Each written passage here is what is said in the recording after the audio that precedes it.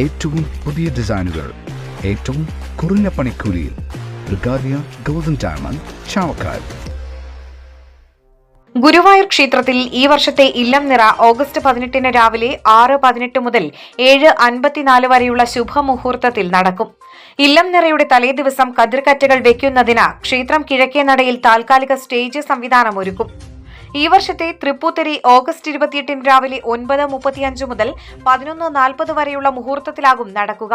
തൃപ്പൂത്തരി ദിവസം ഭക്തജനങ്ങൾക്കായി 1200 ലിറ്റർ പുത്തരി പായസം തയ്യാറാക്കും. 1 ലിറ്ററിന് 240 രൂപയും മിനിമം 1/4 ലിറ്റർ പായസത്തിന് 60 രൂപയുമാകും നിരക്ക്.